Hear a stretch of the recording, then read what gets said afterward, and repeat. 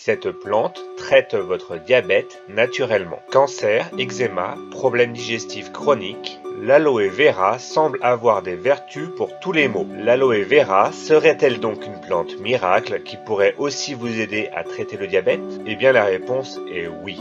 L'aloe vera est utile pour lutter contre le diabète de type 1 et de type 2 et elle permet d'éviter dans bien des cas que le patient diabétique de type 2 ne devienne dépendant des injections d'insuline. À cause du style de vie moderne et de nombreux autres facteurs, le diabète est devenu l'une des maladies les plus courantes dans la population mondiale. La situation préoccupe énormément les experts de santé car le nombre de patients touchés par le diabète augmente considérablement. Et c'est une évolution qui n'est pas près de s'inverser vu le style de vie mondial actuel qui se développe. Connaissant les dangers et les complications liées à une maladie comme le diabète, les experts de santé recommandent d'améliorer les habitudes de vie quotidiennes relatives à l'alimentation et au sport. Mais en plus de cela, il est toujours bon de prendre aussi en compte quelques remèdes maison qui peuvent être efficaces comme l'aloe vera. Alors présentons d'abord rapidement l'aloe vera. Il existe 300 espèces d'aloe et la plus utilisée bien sûr est l'aloe vera en raison de ses bienfaits multiples.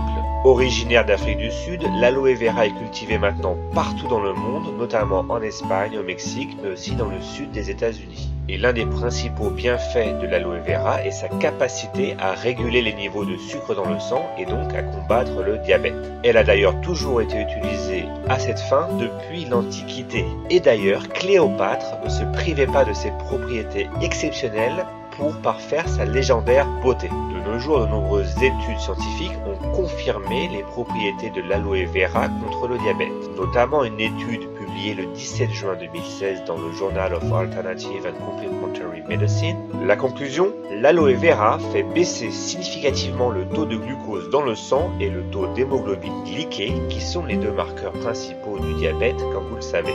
Et je vais vous donner maintenant 7 raisons pour traiter le diabète avec de l'aloe vera. Première raison, l'aloe vera contient du glucomanane, une fibre diététique soluble qui permet de réduire le taux de sucre dans le sang. Ce composant agit comme un agent hypoglycémiant en permettant de réduire les niveaux de sucre de manière significative. Deuxième raison, l'aloe vera contient aussi d'autres éléments essentiels pour lutter contre le diabète, comme les anthraquinones, les phénols organiques et les lectines, qui sont des protéines qui se lient spécifiquement à certains glucides et permettent de diminuer le taux de sucre dans le sang. Troisième raison, la consommation régulière d'aloe vera peut permettre d'améliorer la santé des reins et du côlon, deux organes qui sont très touchés par les complications du diabète. L'aloe vera permet en effet de stimuler l'élimination des toxines et des déchets accumulés dans l'organisme, réduisant ainsi l'excès de sucre dans le flux sanguin.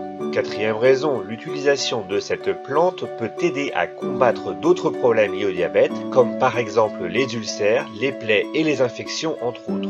Cette propriété est due à sa forte teneur en antioxydants et à son action anti-inflammatoire. Cinquième raison, en seulement 2 mois de traitement à l'aloe vera, les niveaux de sucre dans le sang peuvent diminuer de près de 50%. L'ingestion régulière d'aloe vera associée à un régime alimentaire faible en glucides peut aider à maintenir la maladie sous contrôle de manière totalement naturelle. Sixième raison, la consommation régulière d'aloe vera stimule la sécrétion d'insuline, une faculté spécialement utile aux personnes souffrant de diabète de type 2. Et septième raison, l'aloe vera est un produit naturel qui combat le diabète sans causer d'effets secondaires. Alors voyons maintenant comment inclure de l'aloe vera dans son régime alimentaire. L'aloe vera peut se consommer de différentes manières. La meilleure façon, c'est de consommer du jus frais d'aloe vera. Je parle de jus, mais en fait c'est la pulpe de la plante qui est consommée, c'est-à-dire la substance qui coule de l'intérieur lorsque l'on coupe la feuille en deux.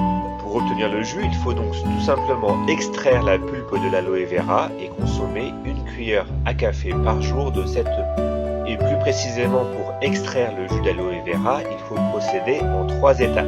Première étape, à l'aide d'un couteau bien aiguisé, peler soigneusement la première couche de la feuille, elle n'est pas utile. Deuxième étape, répéter l'opération avec la couche jaune qui se situe juste sous la peau et jetez-la. Il est essentiel d'enlever soigneusement cette partie jaune qui se situe donc entre la peau et la gelée de l'aloe vera, car toute ingestion peut causer des maux d'estomac et des diarrhées. Troisième étape, il ne vous reste plus qu'à prendre 1 cuillère à café et prélever le jus d'aloe vera. Il faut utiliser cette gelée d'aloe vera dès que vous l'avez prélevée des feuilles. Dans le cas contraire, une oxydation rapide lui fera perdre ses valeurs nutritives.